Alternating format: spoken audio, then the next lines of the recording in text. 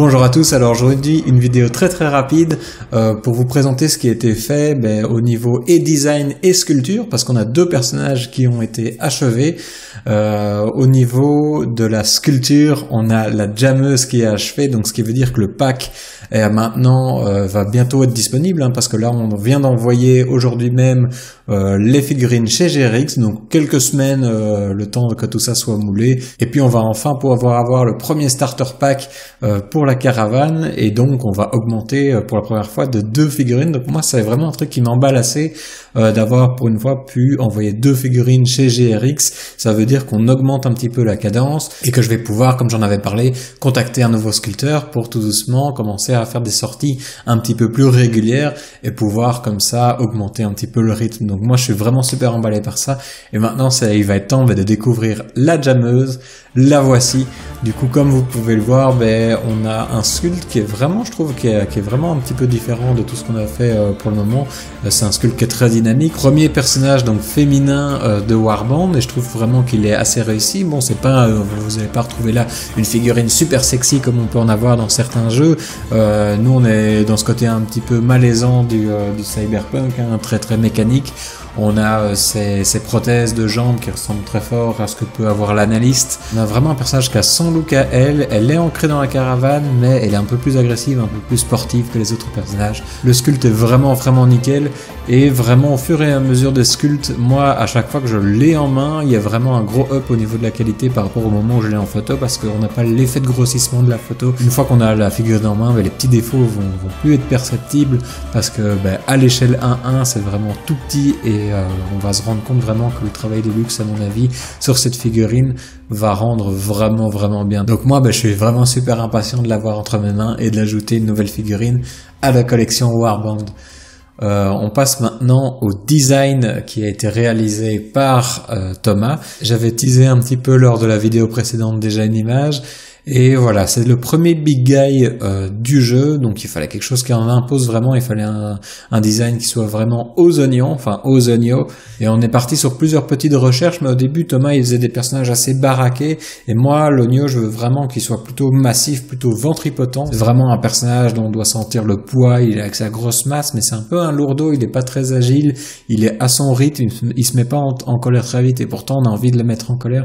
Donc voilà, on est parti au début de ce design très massif, et puis il les a rendus petit à petit à ma demande plus ventripotents, et on est arrivé à ce design. Moi le masque me plaisait pas tellement, mais le poids déjà était déjà vachement plus de l'ordre de ce que je voulais atteindre. Donc très vite on est arrivé dans la bonne direction. On a ensuite peaufiné un petit peu en faisant un masque de samouraï. L'Oignon c'est donc vraiment un personnage qui est un petit peu simplet, c'est un gros enfant si vous voulez, mais qui cogne dur. Mais par contre les Doimo, donc les chefs de guerre Okuma, ils vont, pour eux c'est presque, ils vont s'en servir comme symbole de leur gloire, et ils vont les équiper avec des symboles de rissage. Donc je voulais que le masque il soit vraiment assez représentatif de ça, donc j'ai choisi le masque numéro 3 qui est vraiment assez expressif, et qui va à mon avis être assez cool en figurine, et qui va venir comme ça contrebalancer, contraster avec l'air un peu fatigué que peut avoir ce personnage. Donc le personnage commençait à bien se dessiner, mais je trouve qu'il était un petit peu encore classique, il lui manquait la petite touche Okuma. Pour l'instant on dirait vraiment un gros ogre, ce qui est vraiment le but, mais il lui faut vraiment ce côté un petit peu technologie mêlée à la chair.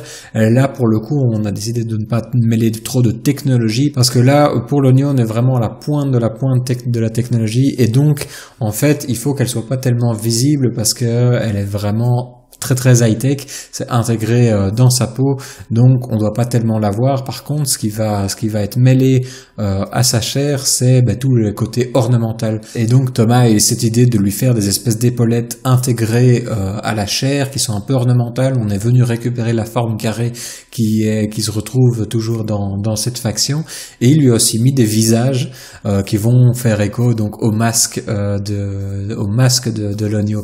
Donc voilà, et après on est parti sur un délire aussi, parce qu'il avait un masque dans le dos, et je me suis dit ça peut être assez amusant que la coiffure de l'Oignon retombe sur le masque pour former un espèce de personnage de dos. Donc vous avez cette petite tête avec la coiffure de l'oignon qui retombe pour former les cheveux quelque part de ce masque, et on va avoir comme ça un personnage qui se dessine dans le dos de l'oignon, ce qui est une thématique que je trouve un petit peu japonisante. On a comme ça des monstres à double face, c'est quelque chose qu'on peut retrouver dans la mythologie japonaise.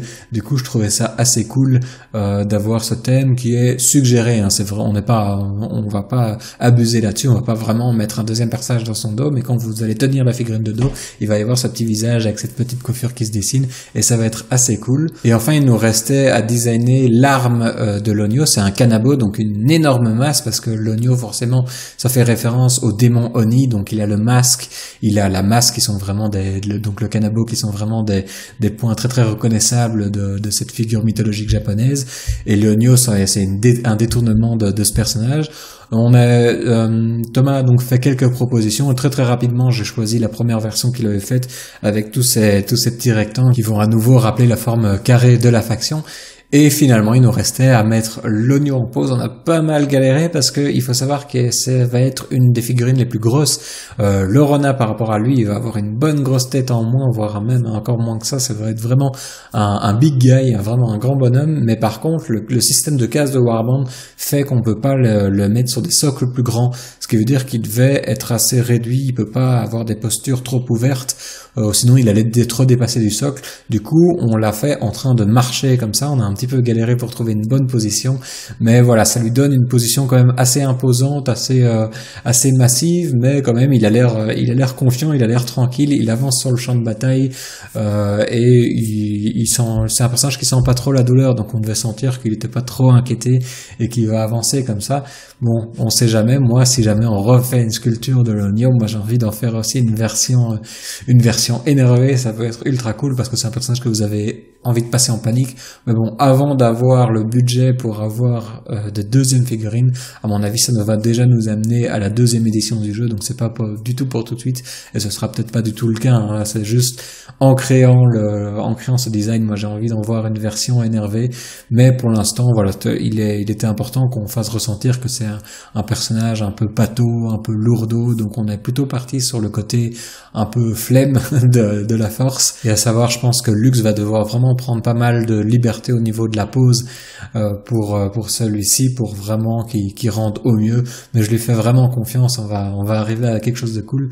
Hâte de voir ce personnage sortir, mais ça va être pour après les 2 starter packs, et ça va peut-être être même après la première figurine du foyer qui sera lancée avec le prochain sculpteur, parce que voilà, il y a plus trop de commentaires qui se mettent sur la vidéo où je demandais quelle serait la 3e faction à être développée, et ce sera donc le foyer. C'est celle qui a obtenu le plus de voix. Moi, si j'avais pu voter, j'aurais voté pour l'Institut. C'était celle que je voulais voir en 3e position.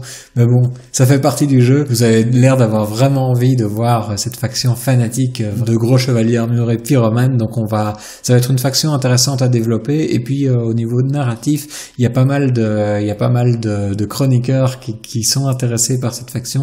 Chroniqueurs que je remercie d'ailleurs de futurs chroniqueurs, parce qu'il y a eu pas mal d'engouement suite à la dernière vidéo. Et voilà, j'ai hâte de voir ce que vous allez produire, tant les chroniqueurs que les autres, hein. J'oublie pas Browan par exemple ou Minus qui font plutôt des blogs un peu plus à l'ancienne. Les chroniques, ce sera vraiment sur YouTube, mais ça veut pas dire pour autant que ceux qui font des choses sur des supports photos et écrits seront oubliés. Il y aura moyen d'intégrer tout ça à la narration, même si ça sera pas via des chroniques. Donc on se retrouve pour la suite, on se retrouve avec un bilan financier qui va sortir très très bientôt, parce que la fin du mois arrive là. Du coup, on se retrouve pour ce petit bilan financier. À très bientôt. Ciao!